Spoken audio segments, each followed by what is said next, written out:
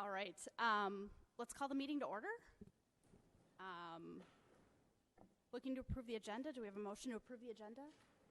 I'll make a motion to approve the agenda. A motion. Do we have a second? I second that. Okay, a motion and a second. All in favor? Aye. Aye. Opposed? Motion carries. A motion to approve the minutes from October 20th. Did you have? Yeah.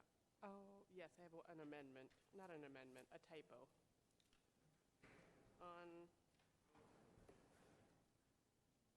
On page 3, like 5 lines down. 1, 2, 3, 4, 5. It says Commissioner Lane questioned if it was in light with anything else. The circle light in right line, L-I-N-E. And then I noticed in that section right above item number 5 in the motion, just revisions is spelled wrong. The word revisions, it's the second line, second word in the second line. The word revisions needs to be revised.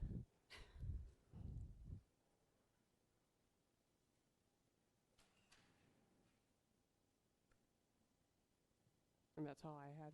Okay. I'll make a motion to approve the minutes with the corrections. We have a motion. Do we have a second? Second. Okay, a motion and a second. All in favor of approving the minutes? Aye. Opposed? Motion carries. All right. Let's open the public hearing for the proposed development of the Hallblade properties.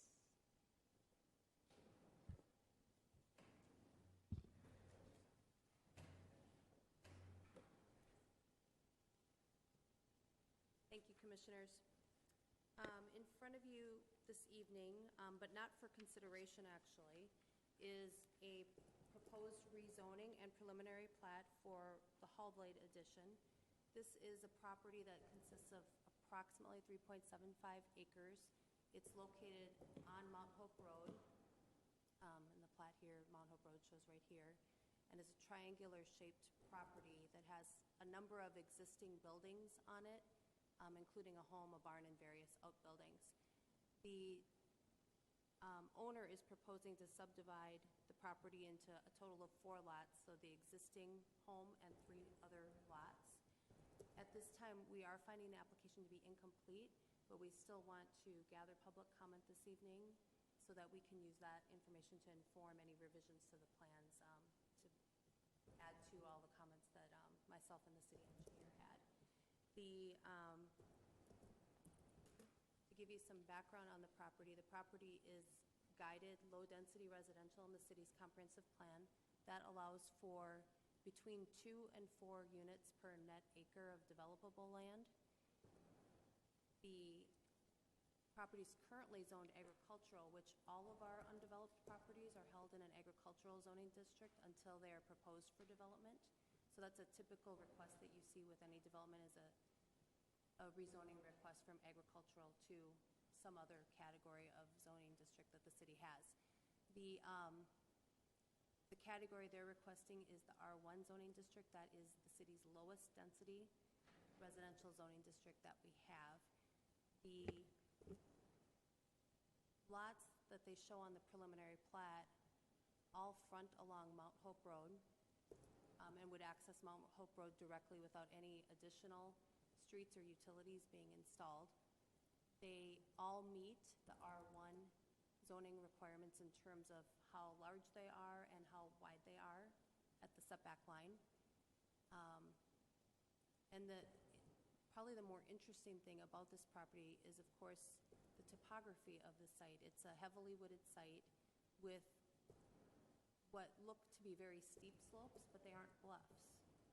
The city does have a steep slopes provision within its zoning ordinance, so we are using that provision to demarcate this area that's in gray on the plat, which is all the steep slopes under the ordinance, and exclude those from the gross acreage of the site to reach the net acreage of the site, which helps to eliminate the number of lots that would would be required to be on the site under the comprehensive plan guidance.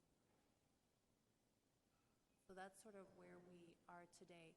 During review, it was determined by staff that due to the unique topography of the site, where it would be possible in other instances, particularly if you're dealing with a larger lot scenario or a flatter scenario or some other things going on, that you could propose a plat like this without having a grading plan in place, and do the grading at the time of building permit. That lets you construct a home without having to do the mass grading that we typically see with our normal subdivisions that we've had in the city. As you recall, you'll always see the grading plan, and they'll completely mass grade the entire site, set the building pads, and do all the soil corrections at that time. In this sort of circumstance, what you would do is, along with the building permit, bring in a plan for the grading, bring in testing for whatever you need to do to make sure the soils are correct for the site, and do it at the time of the building permit. But because the site drains this way from north to south across the property, we are asking for a final grading plan, so that we can establish what will be the finished grade elevations, along with the where the building will be placed on the lot and those types of things, so that we can ensure ahead of time that the grading and drainage ultimately will have a way to work correctly. So we're asking for that from the developer, and that's why the application is incomplete at this time. But we do want to take any questions that you have or the public has, so that we can inform the rest of the design process. And with that, Mr. Hallblade is here this evening, and he's the proposer of the application. And I don't know if he has anything he'd like to add to what I've already said, but if he does, he's welcome to come up here and tell you all what he's hoping to do.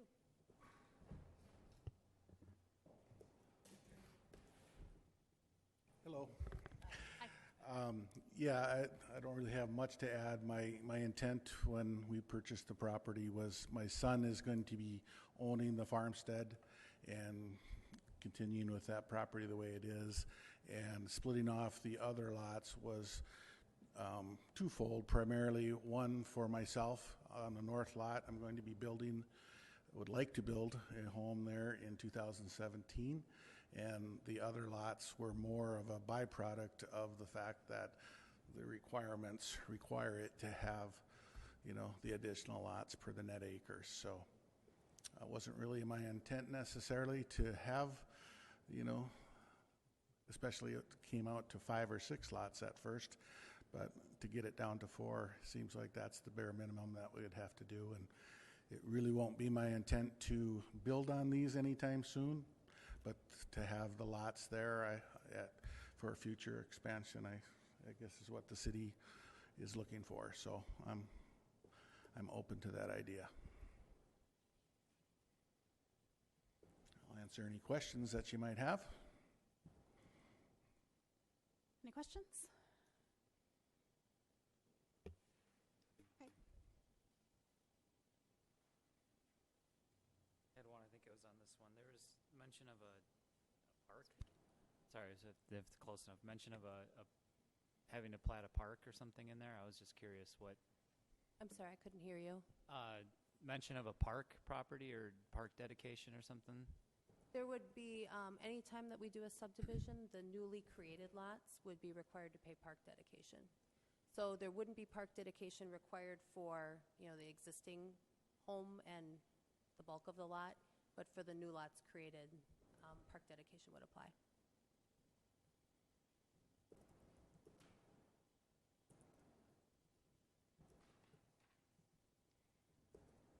All right. Any other questions, Mr. Hallblade? No?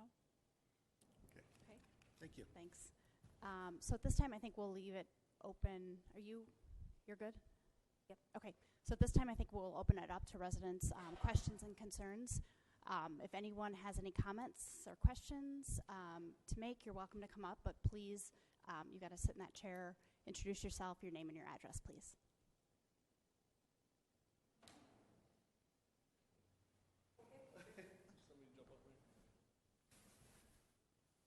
Hi, my name is Seth Eggert, 722 Debbie Court, Carver.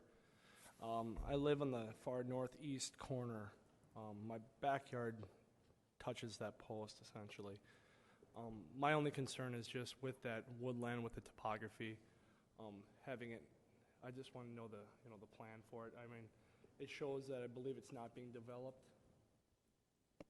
Correct? That's- In the shaded area. In the shaded area, that's the steep slope area, and it happens to also coincide with the majority of, Yeah. it's heavily forested, and the plan would be for it not to be developed. 'Kay. In order to exclude it, we would put a conservation easement over it. And that's where it's at currently. Right. Okay, that's my only concern. Thanks. Thank you.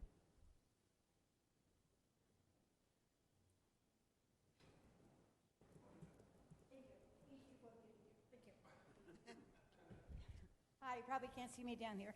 I am not a resident. I'm Mary Stapleton. My son and daughter-in-law live at 1200 Mount Hope Road, and they sent a letter, which I hope you have received. Unfortunately, they have 3 children. They're out of 3 different conferences tonight, so they asked me to come, and I won't take much time. I'm very sorry. I know I'm old, but I couldn't hear what the net amount of building sites would be when you were talking about the steep slope. I'm sorry, I couldn't hear that. Sure, so it would be 3 newly created lots. So what would be the net acreage after you take out the slopes? The net acreage is approximately 1.876 acres. 1.86 acres, and out of that you'll have 4 homes? Correct. And what would be, so that's less than half, I mean, is that what the zoning is up there then, when you change the zoning? That seems very congested in that open area. That is what the zoning is. For any city lot that's on city water and sewer, the minimum lot size in this district is 11,000 square feet. The smallest lot proposed is this one, which is just over 12,000 square feet. Okay. All right.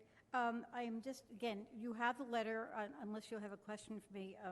My daughter-in-law just asked me, and my son asked me to say the concerns are that that is a very dangerous road.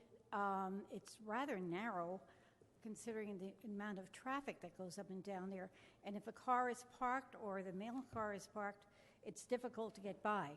And especially on that curve in there, I'm not the world's best driver, but holy Toledo, I really have to watch how I go up and down it. So to have 3 more homes there with 8 cars would be just something that we would hope that you would consider. The other thing they're concerned about are the trees, because I don't know what trees would go down. She didn't see that, but they're just concerned that I know that we all want to save our trees, and I hope that you have an ordinance for that one. And the precedent of if this property is rezoned to this zoning or whatever you say it is, they have a big piece of property, and there are other big pieces of property, and is that what will happen then, or could happen to that area? I mean, it's so open now, even with the nice homes and the new homes that they have built. It just seems that it might impact the whole ambiance, if you will, of that area.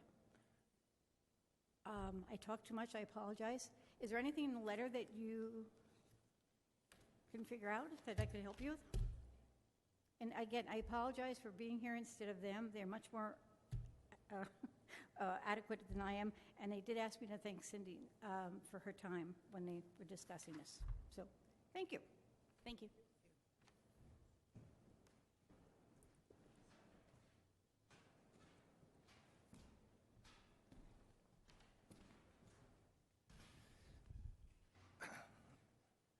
Hi, I'm Bob Dorfler. I live at 704 Debbie Lane. I believe you got a letter from myself and also Ron Brown that lives at 706 Debbie Lane. Our concerns is the proposed property of lot number 4 there, are mine directly. My property butts up, and you could look at the bigger building right where your red dot is my garage. That's my property right there. What happens from the water is the water flows down that hill and comes down Mount Hope and flows along the back of that property. And it flows probably out about past my garage down to easterly direction along there. About 3 to 4 lots down from my lot to the east is the catch basin for that drainage. Any change to that drainage, since that drainage was put in when they paved Mount Hope, caused damage to my house. We get standing water in our backyard that comes up probably within 6 feet of my basement lower windows. So if that raises up about 6 more inches, I'm going to have damage. My next concern with that property of lot number 4 is when that catch basin was put in, that was put in when Mount Hope Road was there. As well, I don't know if you're aware, but the city council is aware that when Mount Hope went in, my property was damaged along with Ron Brown's property from water drainage from Mount Hope Road. I believe Dan here can attest to that. Your property was damaged? I Yeah. guess that's not something You know. during the construction, if there was something that occurred. I'd have to look back at my Okay. So anyway, both our properties received damage. Obviously, we don't butt up to Mount Hope Road. It was from the water. The next concern is, and I talked to Dan earlier about a week and a half ago, is when they put in that storm sewer runs, a pipe was supposed to run in the easement there behind my shed. That easement is full of trees, and the former property owner did not want that pipe run in that easement to destroy those trees. Therefore, I asked him if we could have that pipe located on this plan, because my understanding is where that pipe is, that pretty much makes that an unbuildable lot. And that was what I was told by the former owner. And then the next concern I have with that lot 4 was that when they put Mount Hope Road in, we all know those beautiful cedar trees there, those were supposed to come down, and that's where part of that road was supposed to sit. And that road got pushed to the west. So I question that setback on that bike path there as well. So I have a couple of real concerns on lot 4. As you know, this property was developed in, it's an 1860s property, one of the oldest properties in Carver. You look at, with the drainage on lot 4, and I'm guessing that the city, all the shaded area, that's not going to change in the future because the city's already set that as undevelopable. My question is, the elevation of lot 4 as well, what is the house going to sit at? Because that's the road sits well above my property, so you're going to have to change the elevation of that lot to make it buildable. And if you raise the elevation on that lot, it's going to create more of a drainage issue back there. And I'm really concerned that when that gets developed, that I may have damage to my property. I've never had water damage in my house, but that's my concern. The water standing in the back of the lot, when it flows to the east, doesn't bother me, but heavy rains, I'm going to get more damage. Did you guys receive a letter from Ron Brown? Because if you didn't, I have one for you from him. We did not receive a No, letter it's from not. Ron Brown. You didn't? All right. There you go. Who wants that? There you go. Any questions, me? No. Thank you. Thanks.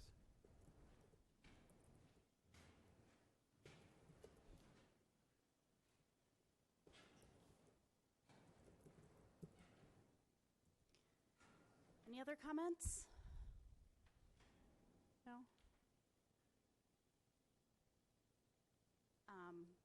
So how do we proceed with the letter that was just submitted?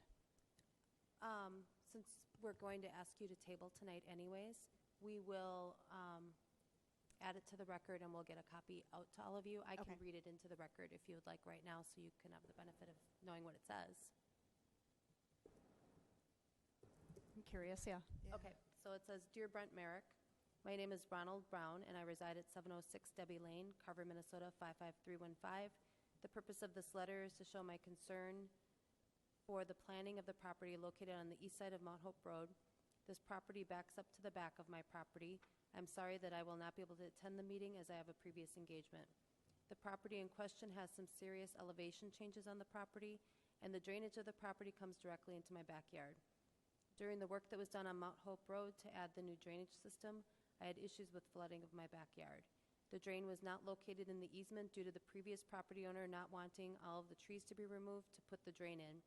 Therefore, the drain system was put on his property and not in the easement area. If the planned property change, lot number 4, were to go in, I am very concerned about the runoff coming onto my property and flooding my back property line. Should this occur, we will have some very serious issues. Please review this plan. The new lots, number 1 and 2, I think will be fine, but lot number 4 is going to create serious issues with my property due to elevations and runoff. I do not want lot number 4 to be approved, as there will be 3 existing homeowners that will have serious effects on their property. Thank you, Ron Brown. All right. Thank you. So if there are no other comments from the public, I can look for a motion to close the public hearing. So moved. Motion, do we have a second? Second? All right, we have a motion and a second. All in favor of closing the public hearing? Aye. Aye. Aye. Opposed? Motion carries. All right.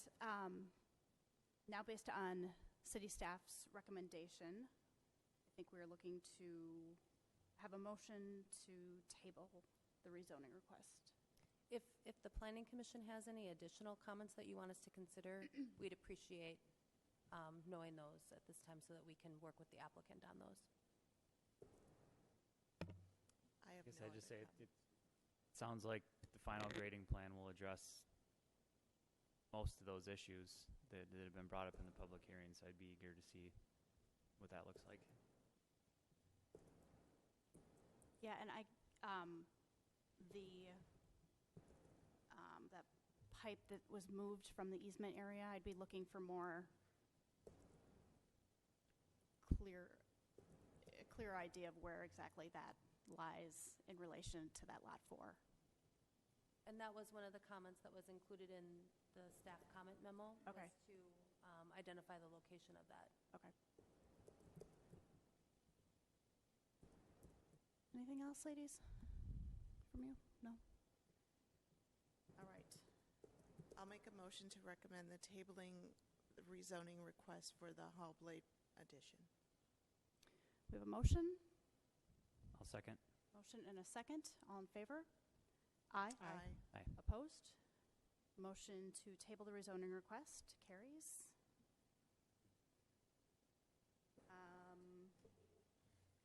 Let's see, I think because of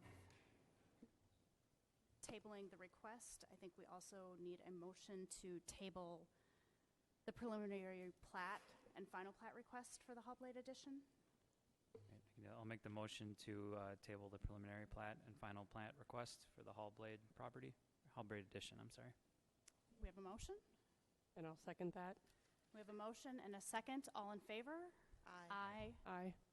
Opposed? Motion carries. All right. New business, Hartman Communities.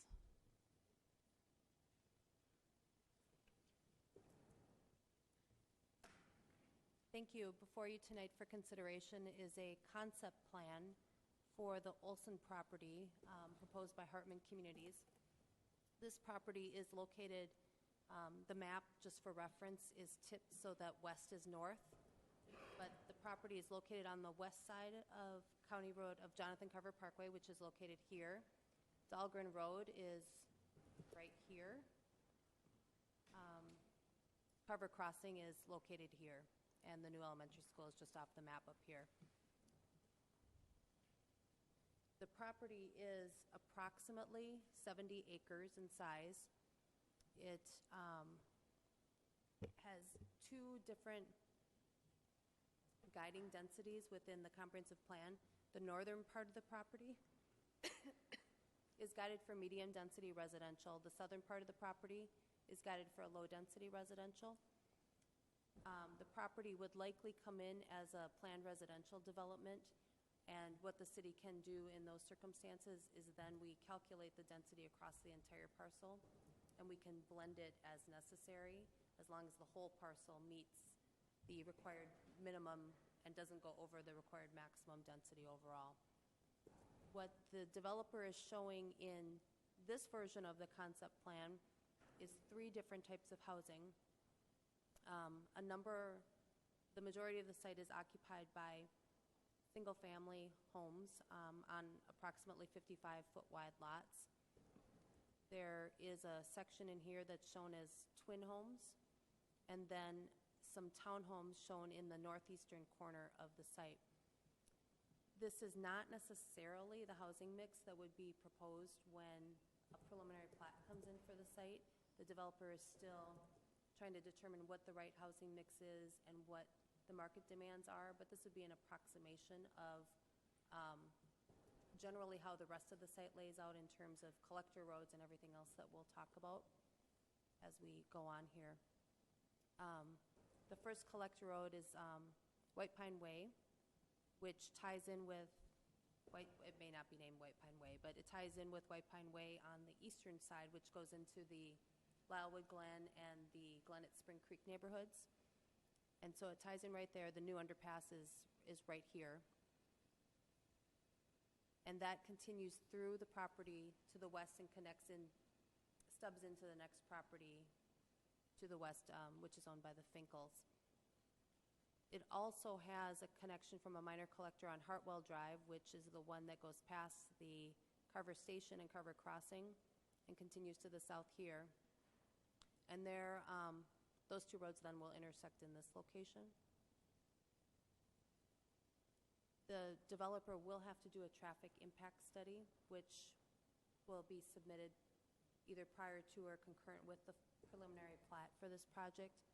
And that will help us determine what would be needed from any kind of roadway improvements or turn lanes or anything like that, and the impact that this development would have on County Road 11. So that is information that we don't have at this time, and typically don't have at the time of a concept plan. They use this opportunity to refine the plan so that they can do that more detailed analysis later. We are recommending that as part of this, they try to find some way to stub a road down to Dahlgren Road to provide some connections through the property back down to Dahlgren, because we do anticipate that someday there'll be some sort of additional improvement made to the Dahlgren Road, 6th Street, County Road 11 intersection. And that'll provide an alternative way for folks to get out of that neighborhood. And it'll also provide access then to this commercial node down here without people having to go onto County Road 11. A key feature of the site is that it does have quite a bit of topography rolling down from north to south again. And there are some areas within a sort of ravine in this location that have that are steep enough to have some bluff characteristics and some steep slope characteristics. So they are proposing with this concept plan to preserve as open space that portion of the site. And then there's some other areas in the southwest portion that would be similarly protected from development. There's a number of wetlands on the site, and we'll look at the wetland delineations when we get those with the preliminary plat later. But we do, they've already started that work, so we do know that they do exist in those areas, but we'll still have to be looking at what portions are we mitigating, what portions are being saved. And I think that is, I'll stop there for now and introduce Terry Hartman with Hartman Communities, and maybe he can add some things, and then I'll maybe fill in a couple other details. Hello. Terry Hartman, president of Hartman Communities, 1750 Tower Boulevard in Victoria, Minnesota. Cindy covered it quite well for the stage that we're at. It's the early stage concept plan where we're looking at the land and looking at the physical characteristics of the topography and the wetlands and the trees and the slopes and the connections to your public right-of-ways and everything kind of going on around the site. We're also looking at your existing vision and direction for the site from your comprehensive planning and your future zoning for the site. And what we've got before you is a plan that we think interprets that direction pretty well, and we think it interprets where we think we're going with the direction of the project. Again, it's early on in terms of developing the first concept plans. We don't build homes. We're the real estate developer, and we work with builders. So ultimately, our customers are those builders, and they'll tell us what their customers would like to see on this site. So there's multiple steps involved with determining that next viable plan. But as we interpret what your direction is, then we interpret what they would like to see. It's a large piece of property where we see it as more than one neighborhood area on it. We could see as many as 3 or 4 different neighborhoods on it. And in today's industry, the market is specialized. There's early retirees with a certain demand. There's young families with a certain demand. There's single heads of household with demands. And we seem to be more specialized these days. So different neighborhoods will target different needs in the community. In the past, where developers kind of did one-size-fits-all lots, and you try to make that work for everybody, today, with the cost of land and the cost of the environmental issues and the cost of streets, you try to get a little bit more specialized than that because we need to be more efficient. So we see 2, 3, maybe even 4 different neighborhood types that'll happen on this piece of property. We work with small custom builders, and we work with the largest builders in the state. So we don't know which ones yet we'll be selling this to and what they'd like to see on the property. But this is our best guess at what we think will happen and what your direction is from your comprehensive planning and that vision that you've set for the site. What I can tell you is I think the context of what you've set up already with the Spring Creek neighborhoods to the east and I think it's Lylewood, those 2 developments, I think you're going to see from us pretty consistent to that same context. What I see there are compact, nicely done, walkable neighborhoods, and I think that's what we're striving for as well, but also to protect a lot of the character and the natural features of the land that are already there. We were excited about a new elementary school and what that does to young families and what that can help out for what that demand will be. Hopefully it's walkable or bikeable to the elementary school. Of course, the transit station adds a lot also to the character and the viability of young families that may work here and work or live here and then take advantage of that transportation into the cities. Of course, the freeway has done a lot to this same site as well. So a lot of things going for it, and we see great potential. And I think what you'll see coming forward is a pretty well thought out, market driven plan. I think I'll stop there too. Thank you. Yep. All right. Questions or discussion? These houses that are kind of proposed here, are the price points similar, or you're thinking they're going to be similar to Copper Hills that's already existing there for these single-family homes? I think you'll see similar to that, and if there's a blend between Copper Hills and the Spring Creek neighborhoods, I would suspect that they're all kind of in the same price point. But I also see the townhome neighborhoods of if that's part of Spring Creek or if that's Lylewood, where those price points are a little bit less. I think we need to pay real close attention going forward to affordability, not to some. Is that me or? I think going forward with the potential for rising interest rates, we've got to be real careful with how much we put into the lot sizes and the size of the structures and how much we put into the features to make sure that we maintain price points and where people are going to want to be. Right. And retirees and young families, that's a pretty sensitive issue, is to make sure we hit it correctly. I don't think we're going to exceed greatly Copper Hills, and I don't think we're going to exceed less than Spring Creek across the street. I have a question. Just from a reference standpoint, what was the last community property that you worked on? The last one that we worked on, I've done quite a bit of work around Carver County. The last one that we've developed is actually this year in Minnetrista, Hennepin County. Different project completely. It's an acreage, 2.5 to 3.5 acre lots. Before that, close tie before that is Lake Point in Victoria. Again, it's a kind of a custom, higher-end custom neighborhood.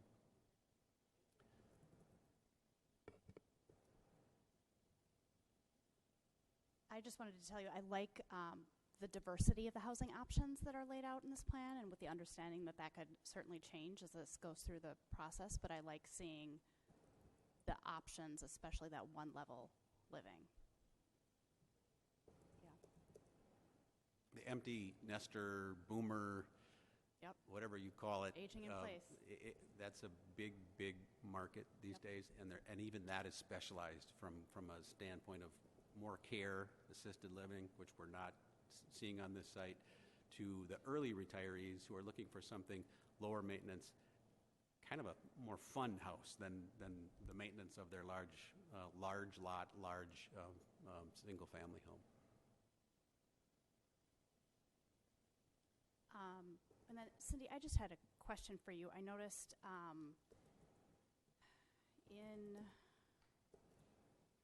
let's see, the feedback in your memo on page 2, it would be 1J, talking about moving the trail extension so that it's more in the development.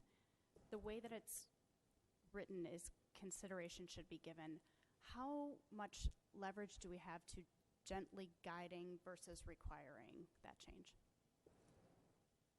I think we have a fair amount, but there's a few different things at play here. Is the area we were suggesting was coming down through here, which depending on the resources in the area and how steep these slopes are, it may also not be real practical to put it there. So we were just encouraging them to look at that as an option.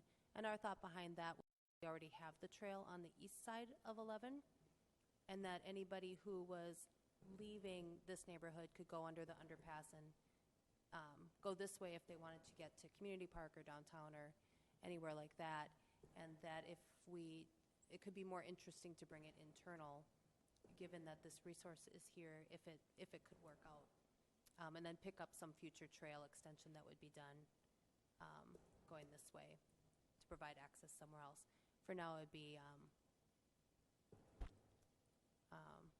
it's just another option to look at. What that would also potentially allow for is to not have to be able to use this land where the trail is shown on the west side of 11 currently to create more of a buffer for the homes from 11. Okay. And the trail is a requirement, correct, regardless of where it lands? Okay.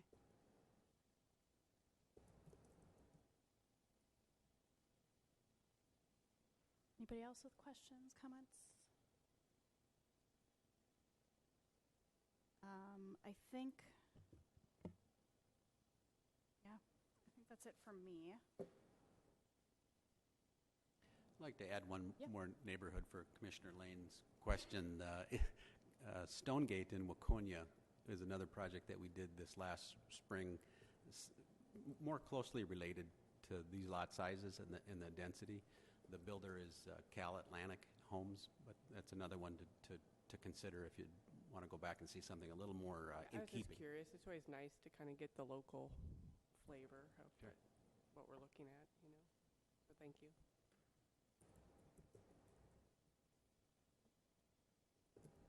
All right. If there are no other questions or comments, looking for a motion? I'll make a motion to recommend the approval of the concept plan, subject to the comments in the 2 memos attached in our packet. All right. We have a motion. I'll second. Motion and a second. All in favor? Aye. Aye. Aye. Opposed? Motion carries. Thank you. Thank you. All right. Communications.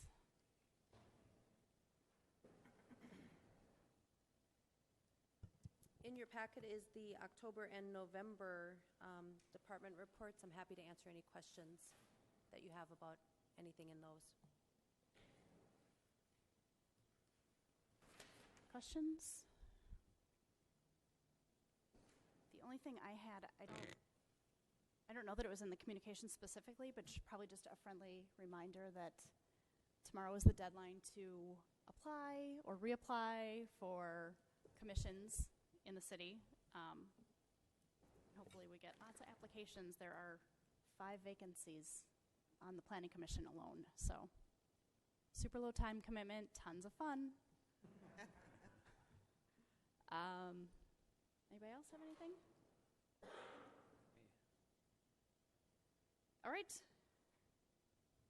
Then, with a motion, we can adjourn. Do you mind coming up to the...